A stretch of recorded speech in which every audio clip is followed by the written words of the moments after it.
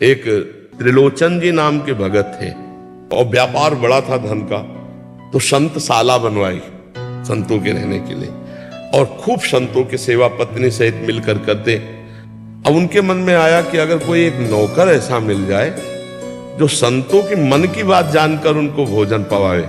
संकोची होते हैं संतजन ना कहें, तो एक दिन घर के दरवाजे के सामने आवाज आई, मुझे कोई नौकर रख ले। भगवान, स्वयं भगवान, ये भक्तमाल ग्रंथ में लिखा हुआ है। उनका पेमेंट कुछ नहीं, बस भोजन। तो बोले आप संत सेवा कर लोगे? बोले इसकी तो हमें पुरानी आदत है, संत सेवा कर ले की तो हमारी पुरानी आदत है। क्या नाम है तुम्हारा? तो बोले वैसे हमको लोग अंतर्यामी कहते हैं। शर्त ये थी उनकी, उन्होंने कहा कि हम जितना भंडारा होगा सब संतों को हम पवाएंगे, दूसरे की जरूरत नहीं, लेकिन हमारा भोजन तुम्हारी पत्नी बना के हमें पवाएगी।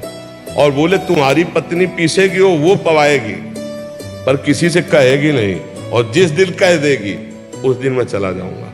और वर्षों ये चलता रहा। अब उसको जाने कोई टाइम नहीं मिलता, भगवान इतना भोजन स्वयं पा लेते। अब वो मान लो 2.5 किलो रोटी पानी है तो उनके लिए 2-2.5 किलो 3 किलो क्या पाना। अब वो 3 किलो पीस करके उसके अनुसार दाल बनाना, फिर रोटी बनाना, तो उसको कहीं टाइम नहीं मिलता।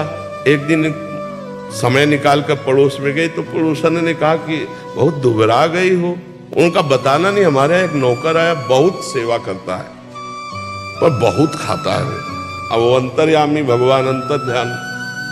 अब जब आए तो देखा त्रिलोचन जी ने एक पत्नी से कहा कि वो आज तक नहीं गए, इसका मतलब आपने किसी से कहा क्या? उनका हाँ, पड़ोसन से कह दिया। और वो बहुत रोए। जब विकल हुए तो भगवान अपने रूप में आए और कहा त्रिलोचन जी वो अंतर्यामी नौकर और कोई नहीं था, मैं था। इसीलिए संतों ने कहा है कि सबसे बहुत होश में मिलो, ना जाने किस रूप में नारायण आ गए हो।